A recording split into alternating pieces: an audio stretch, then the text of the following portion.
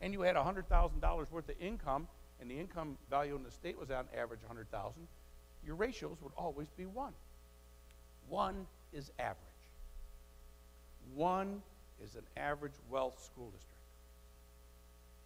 We don't have a 1 in the room.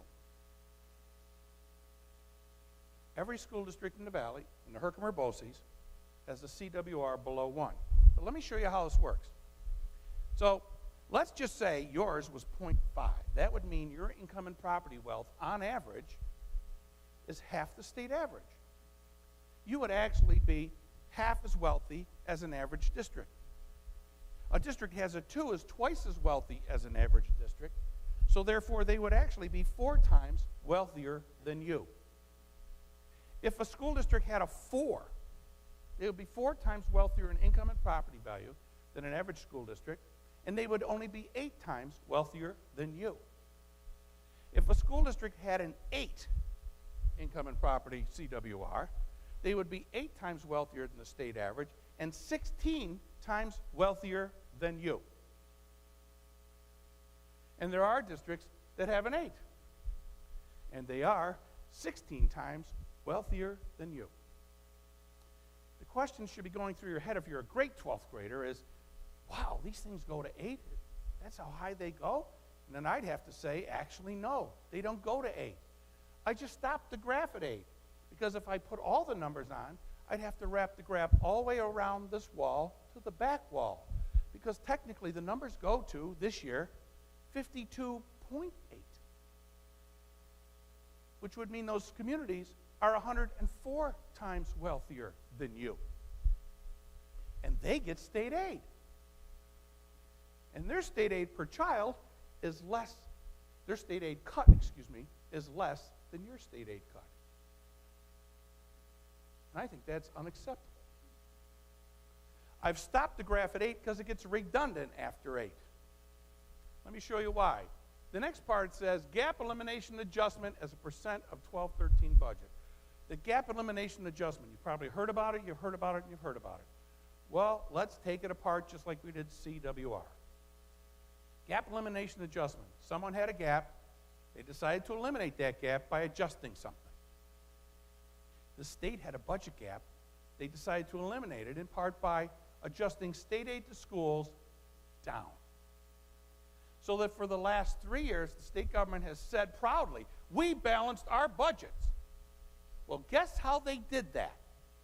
They did it by not sending you the money you had coming to you.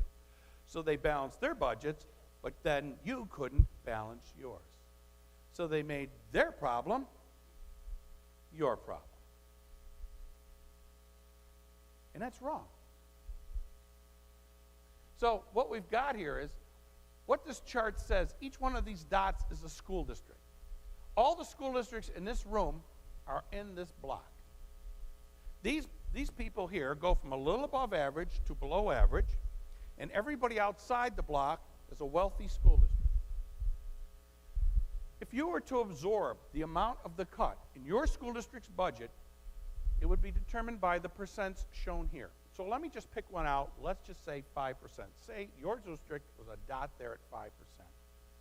What that means is this. You would have to cut your budget 5% to absorb the state aid cut. It doesn't sound like a lot, but 5% is 1 out of every 20. So let's pretend I'm your superintendent and you're my faculty for a minute. And what we're going to do is I'm going to show you how to cut the budget by 5%. I would ask you to count off by 20s.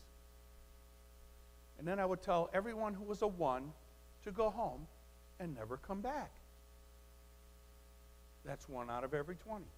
Say you were the bus drivers and the maintenance workers and the cafeteria workers and the teacher aides, the teacher assistants and the art teacher and everybody else, everybody in the whole school district. I could have you all count off by 20s and have all the 1s go home and never come back. That's 1 out of every 20. But the interesting thing is, this phenomenon called the GEA, we're on our 5th year. So here's how that works. The first year, I would have everybody count up by 20s and have all the 1s go home and never come back.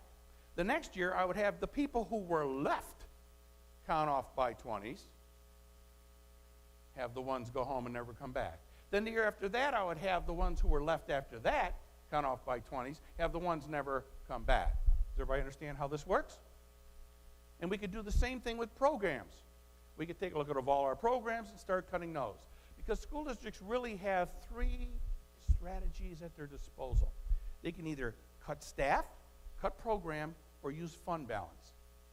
Because the tax cap was put there to prohibit them from taxing more. And as an ex-superintendent, I've got to tell you, no one wants to go out and try and get money from people and tax them more. The worst days of my life were 2 days every year. That was called the budget vote day, where I was hoping that the good citizens of my district would go along with us. And the second day was the day after the budget passed. Now, I know it's hard to believe I would have a bad day after the budget passed. You'd think I'd be happy. But no, because the budget passes in May. And inevitably, in May, there's a girls' softball game the day after the budget passes for me. And I would go to that girls' softball game, and I would start walking behind a backstop to take my seat, and I would look out at the crowd, and it's almost like everything stopped. Everybody's looking at me like I got my hand in their pocket.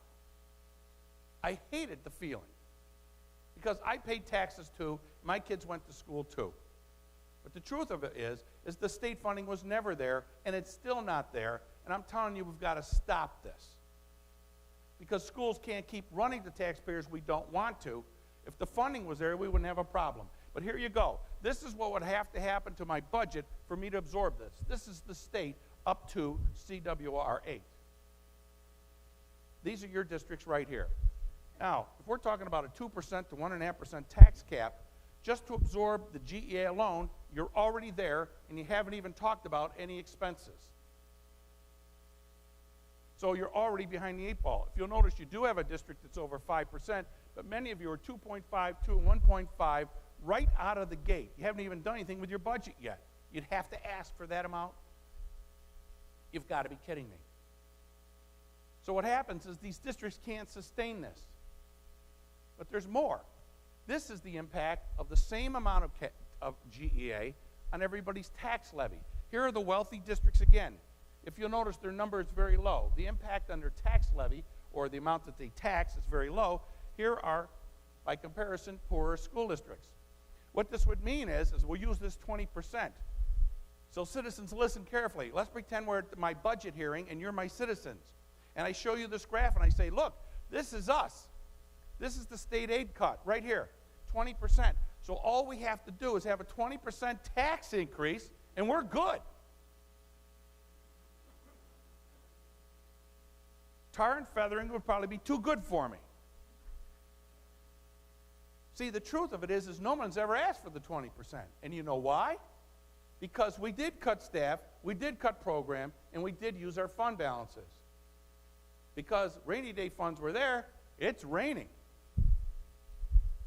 These are your school districts.